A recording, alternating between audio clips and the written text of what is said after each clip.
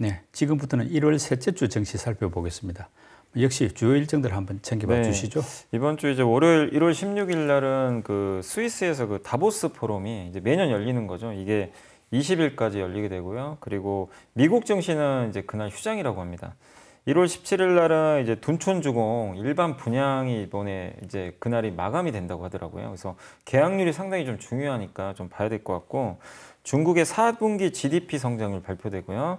실적 발표하는 기업 중에 모건 스탠리, 골드만삭스 같은 미국의 금융주가 실적 발표가 예정돼 있고, 1월 18일 수요일 같은 경우는 이제 BOJ, 일본의 중앙은행에서 이제 통화정책회의가 열리게 되고, 유럽에서는 12월 소비자 물가지수가 발표되고요. 또 같은 날 미국에서 12월 소매 판매 지표 발표되고, 그다음에 연준의 이제 경제활동 동향 보고서죠, 베이지북이 발표가 예고돼 있습니다. 목요일 1월 19일 같은 경우는 이제 둔촌주공 PF 대출금 상환이 그날 만기일이거든요. 그래서 한번 좀 지켜봐야 될 것 같고, 넷플릭스가 그날 실적 발표가 예고가 돼 있습니다. 그리고 이제 금요일 1월 20일 같은 경우는 중국에서 중국인민은행이 그 대출 우대 금리 결정이 좀 예고가 돼 있고요. 일본의 12월 소비자 물가지수가 발표가 될 거고요. 그 다음에 미국에서는 12월 기존 주택 판매 지표가 발표가 예고가 돼 있습니다.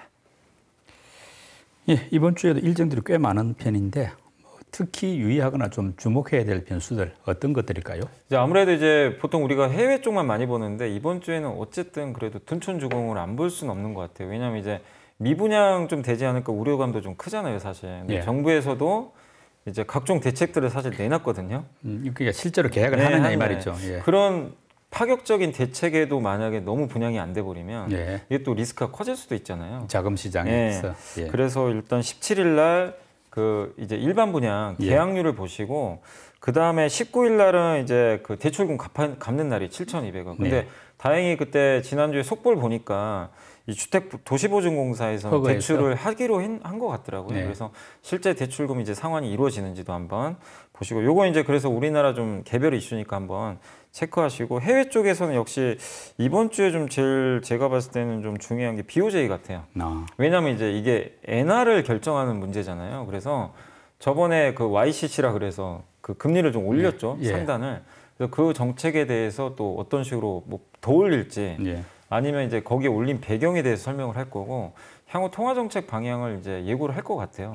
그래서 BOJ의 좀 결정도 한번 주목해 보시고, 요즘에 그리고 이제 중국도 대출 우대 금리 요즘에 좀 동결은 하고 있는데 아마 상반기 중에 한 번은 인하한다라고 했거든요. 그래서 그게 1월이 될지 모르겠지만 아무튼 요즘에 부동산 부양 계속 얘기 나오니까 중국의 금리 결정도 지켜보시면 좋을 것 같습니다. 그리고 마지막으로 미국의, 물론 이제 요즘에 미국 경제 지표가 오히려 안 좋은 게 좋긴 하지만 또 너무 안 좋으면 또 경기 침체로 또 해석할 수도 있거든요.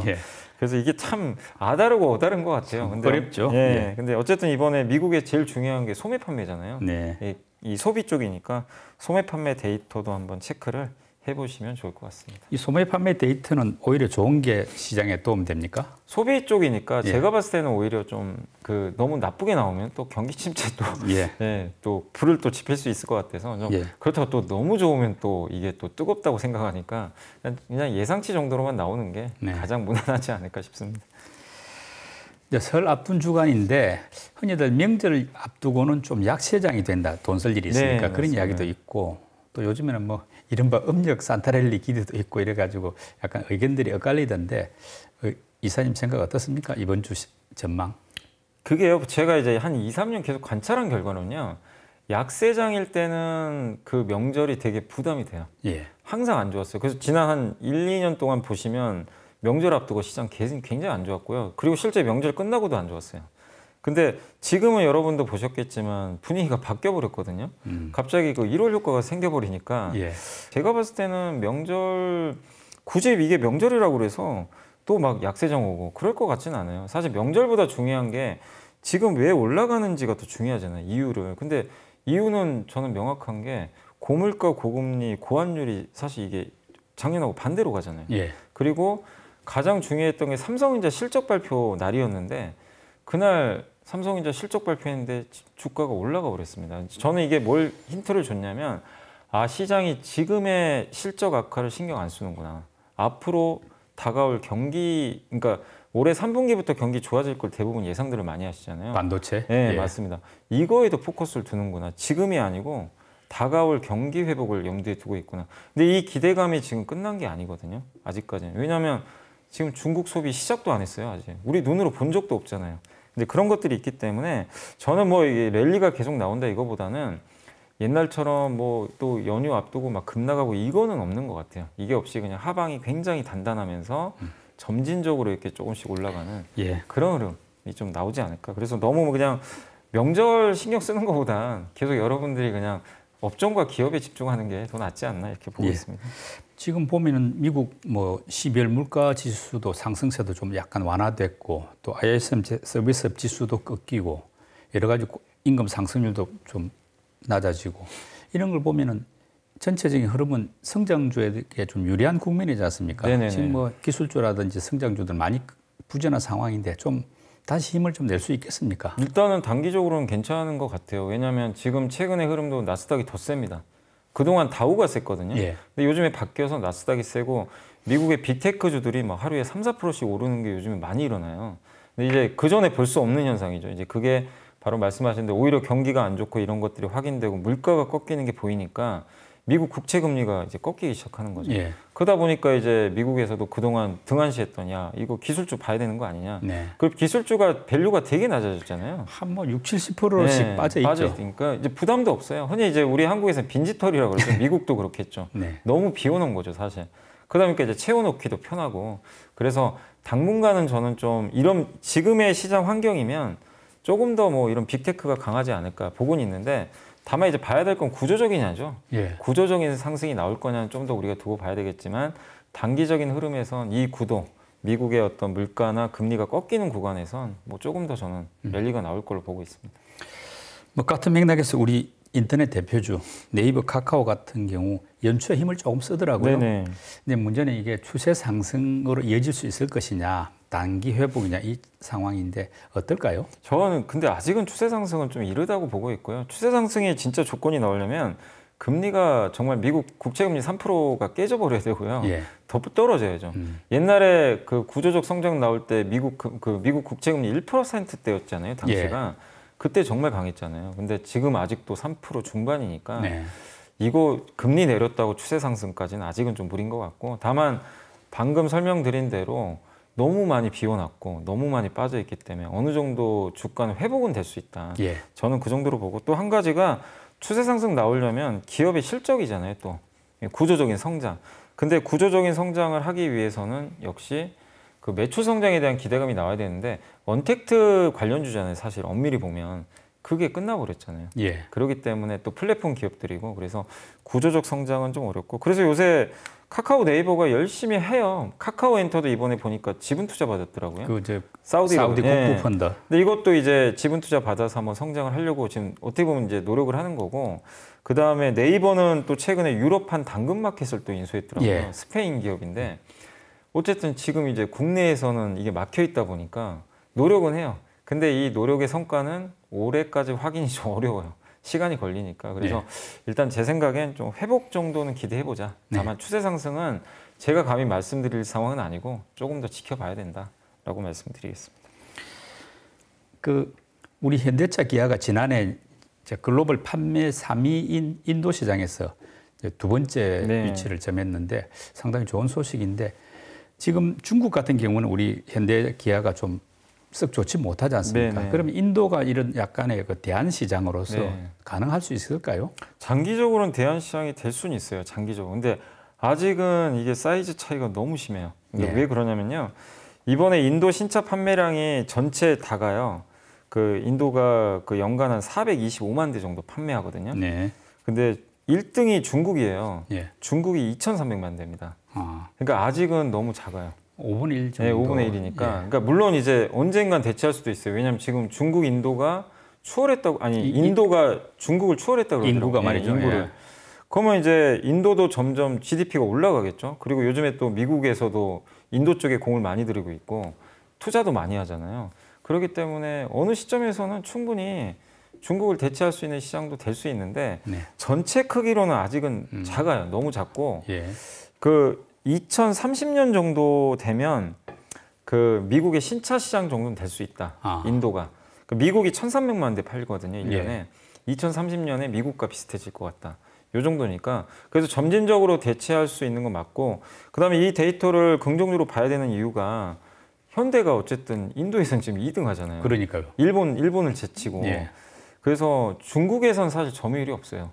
중국에서는 좀 안타깝게도 제가 1% 보니까 되더라고요. 1.68 나왔더라고요. 예. 이번에 점유율이. 근데 이게 중국 시장이 워낙 크니까 그 현대차가 지금 이번에 그 인도에서 좀 판매한 수치가 한 80만 대 정도 돼요. 네. 80만 대인데 중국에서 판매한 게 40만 대입니다. 그러니까 이게 그러니까 비슷비슷하죠. 사실 두 배밖에 차이 안 나니까. 네. 그러니까 현대차가 할 일은 인도 시장이 빨리 커지는 게 좋아요. 공격적으로 이제 성장률이 커지면 훨씬 좋죠. 예. 근데 이 수치만 가지고 이제 중국을 대체해서 정말 좋아지겠다. 이건 너무 빨라요, 아직. 지금 상황에서는 중국에서 일단 유지하면서 더 안 빠져야죠, 당연히. 안 빠지는 상황에서 인도 시장이 좀 계속해서 고성장 해주길 좀 바라야 된다. 근데 냉정하게 말씀드리면 아직은 대한 시장이 되기는 좀 무리가 있다. 예. 예, 이렇게 좀 말씀드리겠습니다. 뭐 좀 중장기적 희망사항으로 봐야 되겠네요. 네, 맞습니다. 그 인텔의 차세대 서브용 CPU라고 하는 그 사파이어 래피드가 드디어 출시가 됐더라고요. 네. 이게 메모리에 약간 구원투수가 될 수 있겠습니까? 일단 구원투수는 맞다고 봐야 돼요. 왜냐면 이게 벌써 2년 된 것 같아요. 제 기억에 나온다고 했는데 네. 계속 이게 느려져가지고 연기됐죠. 네, 근데 이번엔 약속을 지켰더라고요. 어쨌든 출시했고 지금 샘플만 나왔고 네. 이제 양산을 해야 되니까 양산은 5월부터 시작될 거라고 합니다. 그러니까 이제 2분기부터는 이게 메모리 수요를 좀 당겨주고 본격적인 수요는 3분기부터 나오겠죠. 예. 그럼 이게 맞물려요. 뭐랑 맞물리냐면 중국 소비 회복과. 아. 중국 소비 회복은 2분기부터잖아요. 예. 이게 그 다음에 사파이어 래피즈. 그러니까 그동안은 공급은 주는 것 같은데 사람들이 의심을 한 게 이거 재고 이게 수요가 늘어야 재고가 줄 텐데 근데 이 두 가지가 이제 맞물릴 수 있다는 거죠. 그런 면에서 좀 의미가 있을 것 같고 특히 서버가 비중이 제일 크잖아요. 예. 이 전체 메모리 중에. 그렇기 때문에 저는 좀 의미가 있는 그런 흐름이 좀 될 것 같고 또 한 가지가 중국이 여기 또 맞물려 가지고 요즘에 중국 그 알리바바도 그렇고 이걸 풀어주는 게 왜 반도체 호재냐면 이 기업들을 성장을 해야 네. 얘네들은 다 데이터 센터 갖고 있거든요. 그러니까 플랫폼 규제를 완화하고 있죠. 완화해야 예. 이 서버 또 투자가 들어가요. 그러면 우리나라 반도체한테도 간접적으로 당연히 호재가 됩니다. 예. 그래서 이런 걸 보면 저는 이 신형 서버용 CPU가 출시되고 플랫폼 규제가 완화돼서 알리바바가 투자를 할 때 이걸 쓸 가능성이 높다는 거죠. 예. 네, 그래서 좀 상당한 호재로 일단 인식은 하고 있습니다. 그 은행, 화학, 철강 같은 이런 전통 업종들이 연초에 좀 강했지 않습니까? 네. 지금 현재 상황 볼 때 앞으로 중장기 전망 어떻습니까? 여전히 좋아요. 그러니까 중장기적으로는 좋아요. 단기적으로 은행은 좀 쉴 것 같은 게 네. 아시겠지만 그 주주환원 기대감이잖아요. 뭐 예. 온라인 파트너스 주주 제한도 있었고 신한지주가 갑자기 이제 우리 주주환원 하겠다 더 이래가지고 이제 급등했는데 다만 그거는 그렇게 얘기가 나온 거지 아직 100% 확정된 건 아니거든요. 예. 또 정부하고도 협의도 돼야 되기 때문에 그래서 좀 너무 좀 앞서갔다 주가가 저는 그렇게 보고 있어요. 그래서 단기적으로는 쉬겠지만 중장기적으로는 어쨌든 은행이 지금 추가 환원할 수 있는 여력은 많아요. 돈들을 많이 쌓아놨기 많이 때문에. 벌었죠. 그래서 저는 충분히 이런 논의들이 계속 이어질 가능성이 높기 때문에 은행주가 못 가는 이유는 주주 환원이 약해서거든요. 예. 미국은 60% 주는데 우리나라는 25%밖에 안 주거든요. 근데 이걸 이제 건드는 거잖아요, 사실은. 그래서 중장기적으로 밸류에이션 올라갈 수 있다. 네, 이렇게 좀 보고 있고 화학이나 철강도 연초에 좀 요즘에 강한데 아직 중국 소비 시작도 안 했잖아요. 이게 다 중국 소비와 연결되잖아요. 약간 기대감으로 오른 네, 거죠. 오른 거죠. 예. 그래서 이 실제 이제 2분기, 3분기에 데이터가 나올 거예요. 이제 중국 소비가 늘면서 석유화학이 그 원재료로 쓰잖아요. 플라스틱이 많이 들어간다면서요? 그래서 예, 맞습니다. 거의 플라스틱이 대부분 들어가니까. 예. 그러면 그거 확인할 때까지는 좀 더 저는 괜찮다. 그러니까 계속 오른다가 아니라 오르고 옛날에는 그냥 이렇게 무너졌거든요. 예. 그게 아니라 이제 단단하게 움직이고 철강은 마지막으로 중국 부동산에 연동돼요. 예. 부동산 경기 좋아지면 철강 수요가 늘어납니다. 중국도 지금 부동산 하려고 하잖아요. 예. 그래서 저 이 세 개 섹터 다 일단 저는 뭐 중장기적으로는 올해는 좀 일단 상반기엔 괜찮지 않을까 예상은 하고 있습니다. 지금 설 연휴 이후까지 한 2, 3주 정도 시계를 볼 때 지금 정도 주목해 볼 만한 업종이 있다. 어떤 쪽일까요? 아까도 말씀드렸지만 여전히 싼 게 있어요. 여전히 못 올라가고. 그러니까 결국 지금 장이요. 특정 섹터만 올리는 장은 아니더라고요. 이게 돌아가더라고요. 순환매가 되게 빠른 편인데 그래서 제일 주의할 게요. 오른 날 사면 안 돼요. 그 어떤 주식이 막 이거 가나 보다. 왜 내 건 안 가? 이거 팔고 이렇게 가는 순간 그건 정말 최악의 수가 되는 거고 미리 좀 이렇게 안 간 거 중에 좀 저평가된 거 있으면 사놓는 전략도 전 나쁘지 않다. 그래서 저도 좀 찾아보니까 가장 대표적인 게 정유주. 정유주가 왜냐면 유가 좀 빠져가지고 되게 못 갔어요. 그래서 정유주 괜찮고 제지업종. 네. 그다음에 은행은 갔는데 손해보험은 또 못 갔어요. 네, 보험은. 네, 상대적으로. 그리고 그 타이어 업종. 네. 자동차 타이어 다 비슷해요. 이쪽은 이제 워낙 그 작년 말부터 좀 안 좋았잖아요. 네. 이쪽도 좀 괜찮고 그리고 타이어하고 자동차까지 포함한 거 같이 포함한 거죠. 예. 네. 그리고 마지막으로 제가 좀 이렇게 한번 돌려보니까 체크를 해보니까 의류주 중에 작년에 의류주 중에 제일 좀 괜찮았던 게 OEM 회사들 있잖아요. 네. 이쪽은 좀 그래도 나쁘진 않았어요, 성과가. 근데 우리나라 그 내수 의류주들 있죠. 네. 내수 시장에서 주로 판매하는 이게 주가들이 저 바닥에 가 있더라고요. 굉장히 돈은 잘 벌어요. 브랜드 가치들은 있는데 왜 그런지 좀 알아봤더니 날씨가 너무 따뜻해가지고 11월까지 예. 이게 4분기 장사가 안 돼 버린 거예요. 네. 그래서 밸류가 되게 낮더라고요. 아무도 기대도 안 하고. 그래서 저는 오히려 좀 내수 의류주도 예. 순환매 차원에서는 한번 올라가지 않을까. 밸류가 PER이 뭐 6배, 5배밖에 안 되기 때문에 괜찮다라고 생각하고 있습니다. 네, 초보 투자자들을 위한 팁 제공 순서 연불리의 보고서 듣는 시간 왔는데요. 오늘은 어떤 내용입니까? BNK 투자증권의 이민희 연구원님이 반도체 터널의 끝이 보인다. 그래서 한번 좀 들어보시면 좋을 것 같아요. 일단 반도체 회사들이 재고 많은 건 다 알고 계실 거예요. 근데 반도체가 들어가는 건 저희 스마트폰 이런 데 많이 들어가죠. 근데 여기 회사들이 재고가 너무 많으니까 못 받아요, 반도체를. 여기선 계속 반도체 생산해서 주려고 하는데 여기서 안 받는 거죠. 예. 그럼 재고 계속 쌓이는 거죠, 여기서. 근데 이 세트 업체라 그러죠. 스마트폰 만드는 회사들이 재고 조정을 좀 많이 해놨대요. 그럼 뭐죠? 여기가 이제 재고 조정이 거의 끝나가면 2분기 정도 되면 중국 소비가 살아나요. 여기서 이제 오더가 다시 들어올 겁니다. 왜냐면 이제 제품 팔아야 되니까. 그러면 아마 수요가 조금씩 늘면서 아마 반도체도 조금씩은 좀 좋아질 것 같고 또 실제 대규모 감산은 있었지만 실제 효과가 1분기부터 나온다고 합니다. 이게 감산한다고 바로 나오는 게 아니라 1, 2분기 후에 그 효과가 나온대요. 그래서 예. 빠르면 이번 1분기부터는 키옥시아, 예. 또 하이닉스, 마이크론 다 감산 들어갔잖아요. 네. 이 효과가 좀 발생할 가능성이 좀 높아졌다. 네. 이렇게 보시면 되겠고 그리고 반도체 반도체 회사들의 주가를 봤을 때 이게 과거랑 되게 좀 비슷하대요. 지금이 뭐냐면 2000년도 혹시 기억나세요? 그때 2000년 전에 지금 저도 어렴풋이 Y2K 기억나세요? 예. 그때 이제 연도가 바뀐다고. 그러니까 이자가 시작되니까 예. 2000년이 시작되면서 맞아요. PC 다 바꿔야 된다. 문제 생긴다. 난리가 났었죠. 예. 그때. 그리고 실제 그때 PC 사이클이 어마어마했죠. 닷컴 버블 터질 때죠, 당시가. 그러다 보니까 PC 수요가 급증을 했고 근데 2000년에 IT 버블 터지고 무슨 일이 발생했냐면 미리 다 PC를 사놓으니까 PC 수요가 급감을 해버린 거예요. 그리고 그때는 미국 연준이 버블 생기니까 금리를 올렸습니다. 약간 지금하고 비슷해요. 네. 반도체가 뭐였죠? 물가 때문에 금리 올렸죠. 거기다가 그때 코로나 때 사람들 집에 있으니까 집에 PC 샀죠. 네. 그 사이클하고 이제 맞물려 버린 거예요. 약간 비슷한 거죠. 네. 그래서 그때 기술주가 다 폭락을 했는데 지금도 그랬죠. 반도체주들 엄청 빠졌잖아요, 사실은. 근데 그 후로 어떻게 됐냐면은 당시에도 그랬대요. 대규모 감산 발표가 먼저 들어갔대요. 감산 발표하고 바닥이 나왔다고 합니다. 반도체주들이.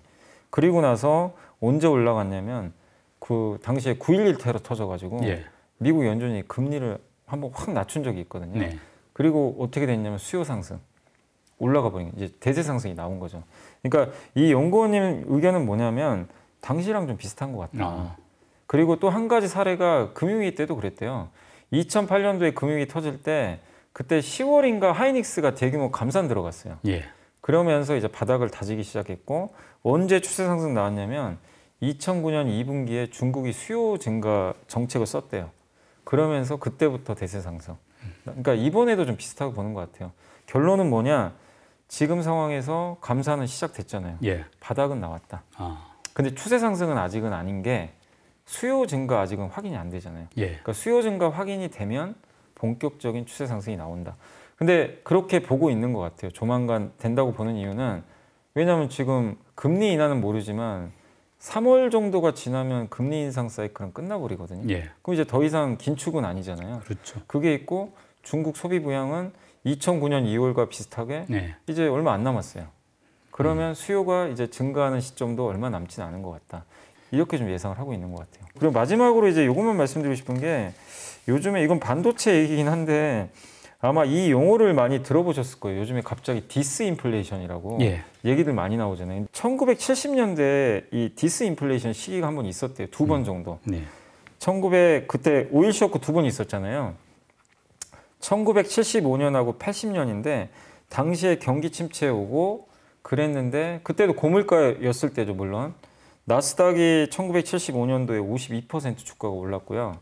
그 다음에 80년에 68%가 올랐어요. 그 배경이 뭐냐면 지금하고 비슷하다고 합니다. 물가가 엄청 높다가 물가가 이제 둔화되기 시작한 거예요. 예. 이 물가 오르다가 긴축에 의해서 둔화되는 거를 우리가 디스인플레이션이라고 디플레이션하고 달리 네, 다르죠. 오르긴 올라도 네. 이제 천천히 오른다 이거죠. 근데 그게 되면서 그 미국 주식시장이 기술주가 그냥 급등을 했었어요. 1년 정도. 예. 그러니까 지금 약간 그 국면이 만약에 맞다면 디스인플레이션이면 반도체한테 나쁘다는 게 아니죠.